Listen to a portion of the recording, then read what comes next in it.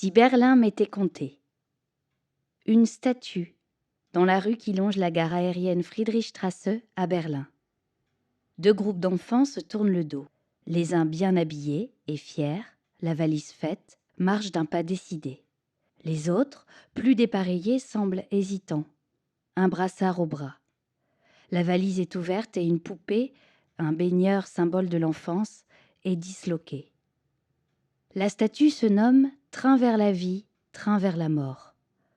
Vers la vie, pour les enfants de juifs allemands partis le 30 novembre 1938 vers la Grande-Bretagne et la vie sauve.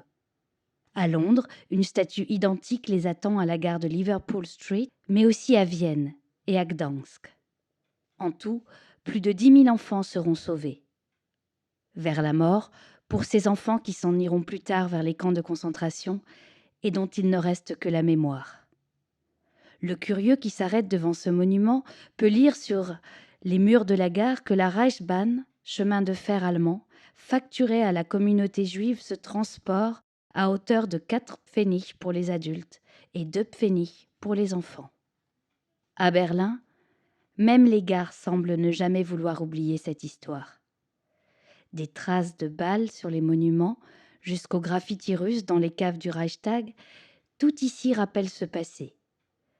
Pourtant, la ville ne fut jamais un haut lieu du nazisme quand les élections étaient encore libres au début des années 30. Pas très loin d'ici, à Alexanderplatz, un monument rappelle un soulèvement de population vers la fin de la guerre pour protéger des Juifs. Berlin est marqué pour l'éternité. Cette gare, sur l'une des rues principales de Berlin-Mitte, aime les symboles. Avant la chute du mur, on passait par là, d'ouest en est et d'est en ouest, en train, comme on le faisait à pied pour Checkpoint Charlie. La gare des pleurs, comme la surnommaient les Allemands de l'Est, avait fait l'objet d'une mise en scène sophistiquée, afin de décourager le visiteur souhaitant découvrir le paradis du socialisme réel en terre allemande. En descendant du train, vous preniez un labyrinthe qui plongeait dans les entrailles de la gare. Ce couloir semblait interminable.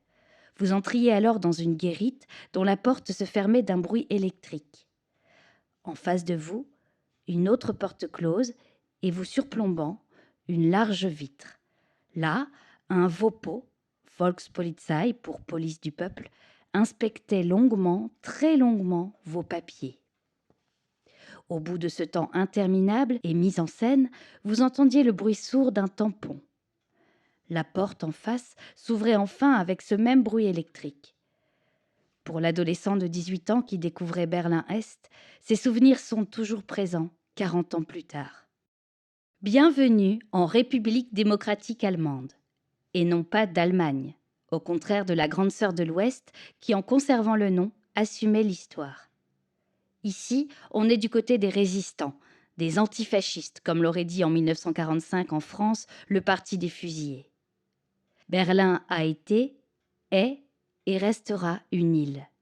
C'est un monde à part entière, aussi peu allemande que New York est américaine. Les chauffeurs de taxi y sont moins aimables qu'à Paris.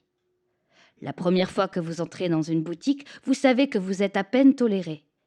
La tombe de Brecht, le long d'un petit mur, est à 2 pas de l'immense synagogue à la coupole dorée d'Orienenburger Straße. La chancellerie ressemble plus à une machine à laver qu'à un palais présidentiel. La ville est presque sale, et on traverse sur les passages quand le pictogramme du piéton sur le feu est bien rouge. La gare Friedrichstraße aime se mirer dans cette image. Ici est né le Berlin moderne. Ici a fleuri l'industrie ferroviaire. Ici, les folles années 20 ont longtemps cherché l'apocalypse à venir comme un dernier concert sur le pont du Titanic. Ici, Berlin-Ouest croisait Berlin-Est. Ici, la réunification a trouvé son symbole avec l'ouverture d'un café né à Bonn qui a déménagé à Berlin pour suivre le gouvernement et lui permettre de continuer à boire la meilleure bière du monde. La Kölsch était la seule que les habitants de Cologne ou de Bonn pouvaient boire avant la réunification. Aujourd'hui, la gare centrale est réservée aux trains régionaux et de banlieue. Maintenant, Friedrichstraße voit passer les trains de long cours vers la gare centrale si grande et si présomptueuse. C'est comme si Berlin voulait redevenir le centre de l'Europe. Friedrichstrasse est devenue hybride, moitié gare, moitié centre commercial, où tout s'achète et tout se vend. Cette gare, c'est Berlin en résumé. Exubérante et timide, commerciale et nostalgique, prussienne et cinétèque, bobo et gouvernementale.